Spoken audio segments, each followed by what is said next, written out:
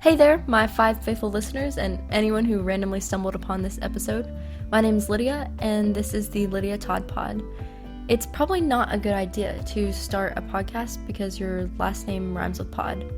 But I'm here anyways. From spontaneous trips to special guests to deep spiritual conversations and everything in between, expect inspiration, stories, and plenty of laughter. Grab a glass of milk, settle in, and let's dive into the episode. Hey guys, welcome back to the Lydiatodd pod. Today, our episode is going to be about music, something that I absolutely adore. I am so glad that you made it back for the second episode.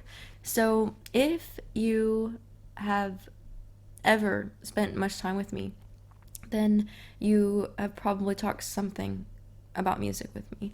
Whether it has been about my time in marching band, concert band, chorus, an a cappella group, singing church hymns, Lott Scobby, which I'll tell you about in a minute, and really just music in general, maybe song suggestions, favorite artists, a playlist that I've made on Apple Music. There are so many things in my life that have been centered around music, whether it's instrumental or vocal. And so I thought it would be great to share this part of my life with you guys. And as I grow in this area, allowing you guys to help me grow and grow with me, we can share tips on best practice advice, how to learn a new instrument when you start out. I am currently working on ukulele. It has not gone far, but the effort is there. The effort is there. Let's start with the very beginning for me, which would have been, I guess, my birth, but we're gonna skip that part. So as I grew up, I went to worship with the Rutherford Church of Christ my entire life, and there we sing hymns during the service. And so at least 3 different times during the week, I was learning and singing different hymns. And so that got me interested in just singing and in sharing through music, because part of the reason why we sing is so that we can edify one another and praise God. And so that is where it started for me. I remember growing up only getting about 2 radio stations at my house. And so it was 2 different country stations. It was 106.9 and Froggy 104.1. And both of those stations I listened to all the time, unless I was listening to a CD that I had. So I also had CDs of Hannah Montana the movie, High School Musical, One Direction, some different bands and stuff that I liked, as one does when they're 9 years old.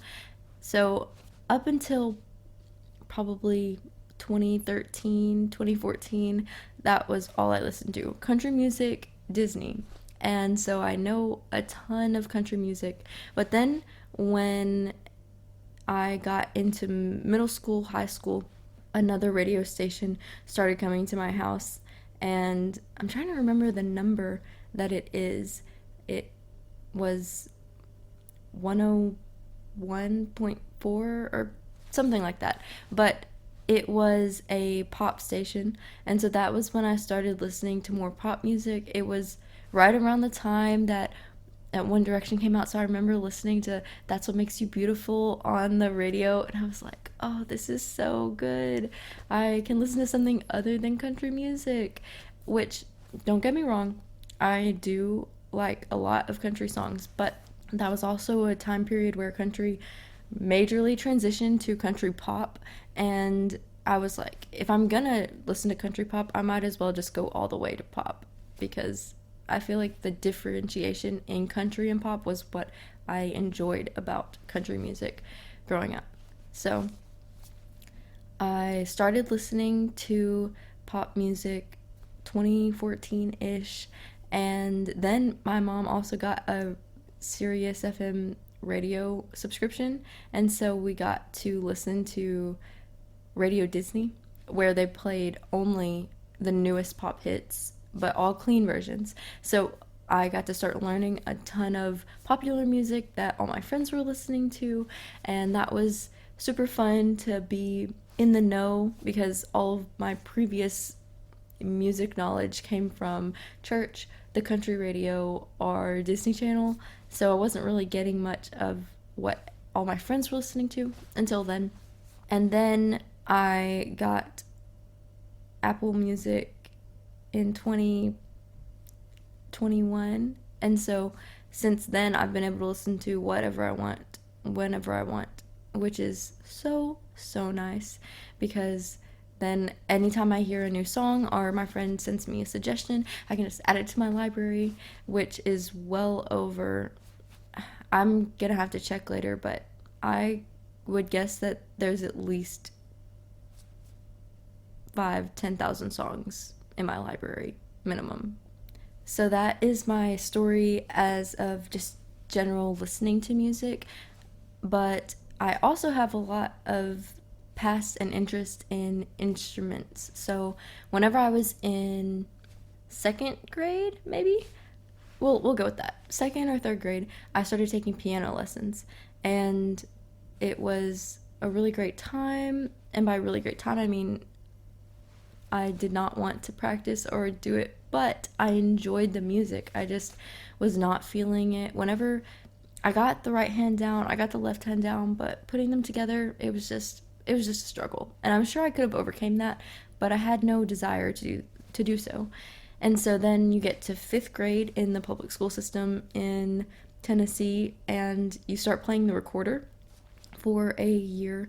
And so I did the recorder, got my black belt. It's like a karate lesson book, and so you get different colored belts like in karate for each song that you learn. And so black belt was the top tier, and I got all the songs I can rock out on a recorder.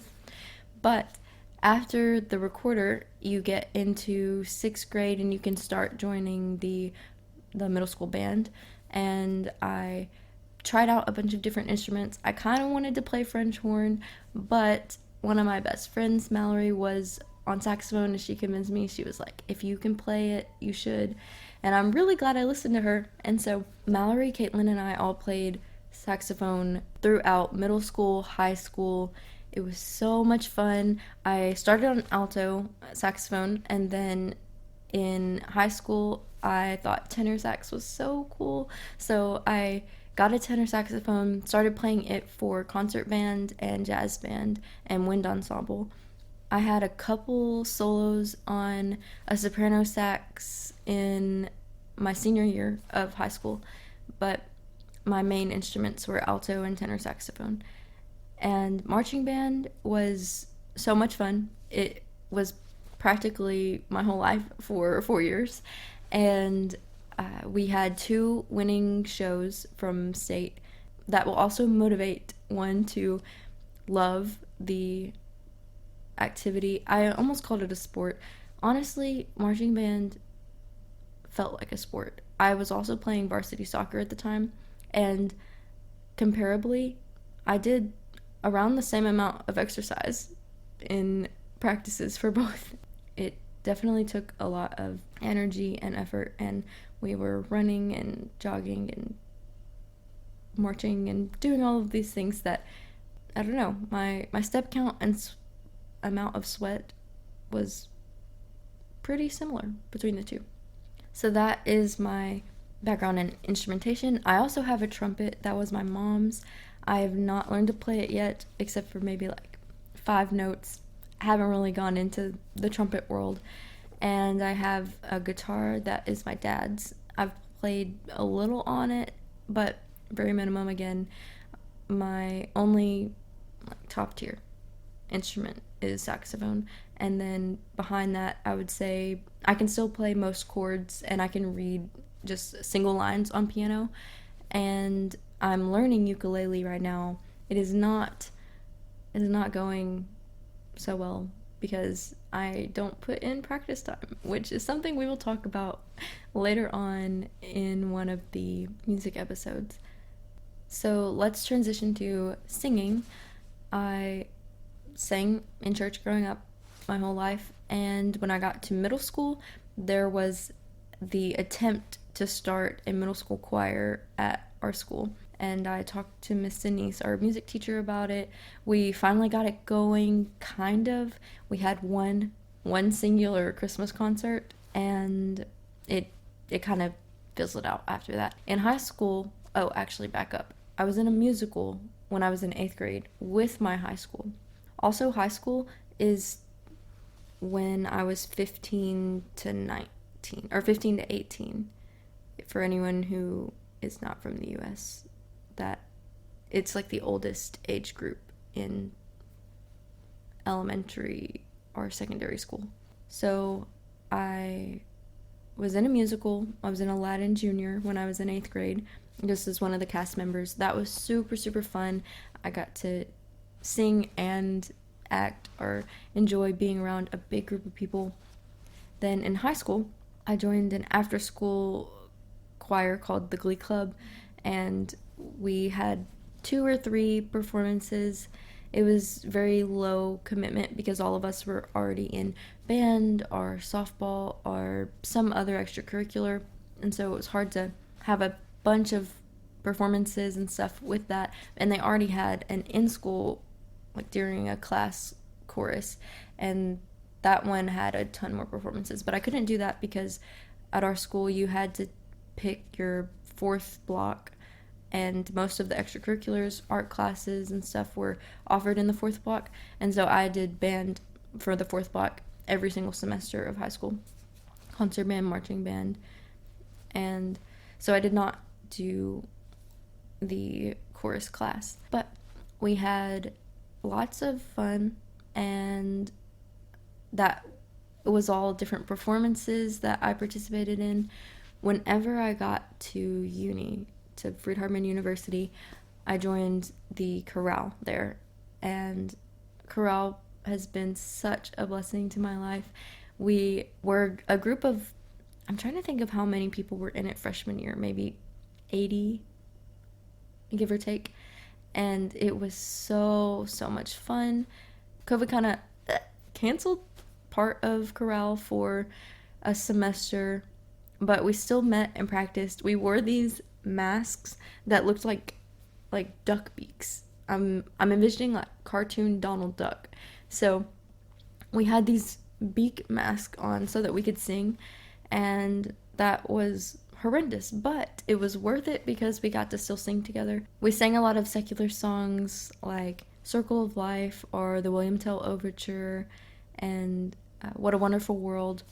Those were all super fun. And then we would sing choral arrangements like Holy Radiant Light or Indodana, and then we would sing straight out of the songbook church hymns.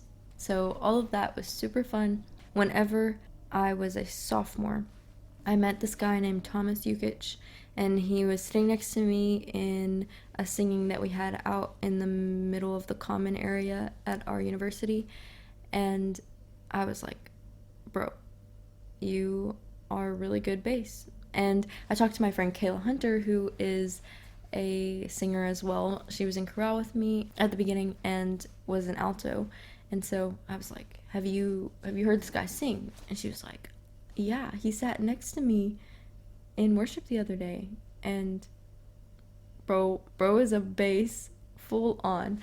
And so we asked him and our friend Jesse Eaton, who I'd also just met a few weeks prior, and Jesse is the guy that has perfect pitch, can sing anything that you put in front of him. He's a tenor, or I don't know, maybe he's a baritone, but he was a tenor for us. So we got together. I asked them all to meet in this place called Scott Lobby, which was my dormitory's lobby, and we sang straight out of a hymn book. We went on Facebook lived it, and that was the start of what we called Lott Scobby, which is just the spoonerism of Scott Lobby. We met probably once, twice, sometimes 3 times a semester to sing together, and it was so much fun. One time, Thomas built an igloo, and we went outside in this igloo and sang songs. I mean, how many people get to sing in an igloo? That was so much fun. If you are interested in listening to any Lott Scobby music, I have all the Facebook live recordings in a folder, so you can send me a DM and I can message them to you.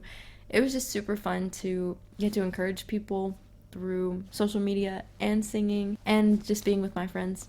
And then finally, the most recent music experience I had was joining a cappella group called G Sharp that was created by Sarah Wilsford, and I think Emma Barker also had a part to play in the beginning, but we sang just a cappella group style. I mean, I'm thinking Pitch Perfect, Pentatonics type music.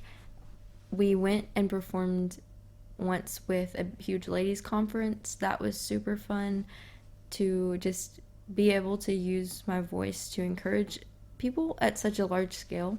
Was really just an opportunity that I had not envisioned for myself as a 7-year-old singing in the car, barely knowing how to keep and hold a pitch. But now I have so many musical experiences under my belt, and I'm ready to get some more as my life goes on. What's difficult now is that after you graduate university, opportunities don't just fall into your lap for things like that. You have to kind of seek them out. The other day I went to an a cappella concert in central London, and I asked about auditions, so I'm hoping that they will have auditions soon and that maybe I could, I don't know, try to join that. It would be super fun. They're called In the Smoke, and they were super fun to watch and hear. It was a Christmas concert in Vauxhall, I think was the name of the station that I got off. So that was super fun. Now, you might be wondering, why should you care about music? And maybe you don't. Maybe you don't listen to any music. I've had a couple friends who are like, I'm just not into music. Don't listen to music, don't play instruments, don't sing, don't do any of that stuff. Well, I'm not telling you you have to enjoy or strive to learn an aspect of music. I can also read music because of my band experience. So sight reading music is super fun for me, but that isn't everyone's passion. I have some stats here that I thought might encourage you to reconsider if you don't enjoy music. So benefits of music, and I will put the citations and resource for these stats in the description, but here are just a few of some of the benefits of learning music. If you learn, and this is based on learning either to read music, learning to sing certain songs in a repertoire, learning to play an instrument, so any of those. Music boosts performance in science, maths, and English. It improves exam performance. It improves test scores. It improves sustained attention and focus. It improves and increases IQ scores. It is associated with the highest of IQ scores. It improves reasoning, planning, and organization, increases focus and ability to absorb information, enhances verbal intelligence and executive function. After only 1 month of music lessons in rhythm, pitch, melody, and voice, a study at York University showed that 90% of students between the ages 4 and 6 had a significant increase in verbal intelligence. Wow. It improves brain efficiency.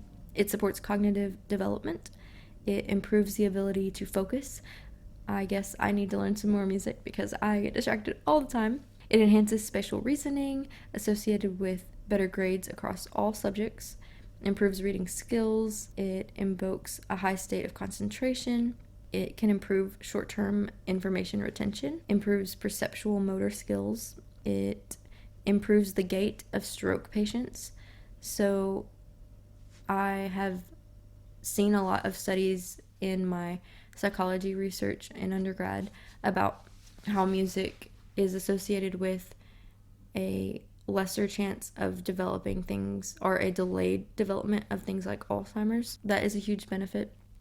It improves movement in patients with Parkinson's disease, improves motor functions, strengthens your breathing and swallowing muscles if you are a singer, or probably some instruments too. Not guitar, but other instruments. Helps post-workout recoveries, makes exercise seem easier, makes people run faster if you're listening to music while running, increases endurance, positively affects exercise. It helps with bench press workouts. So hey, you athletes out there who are thinking, I don't need music, wrong.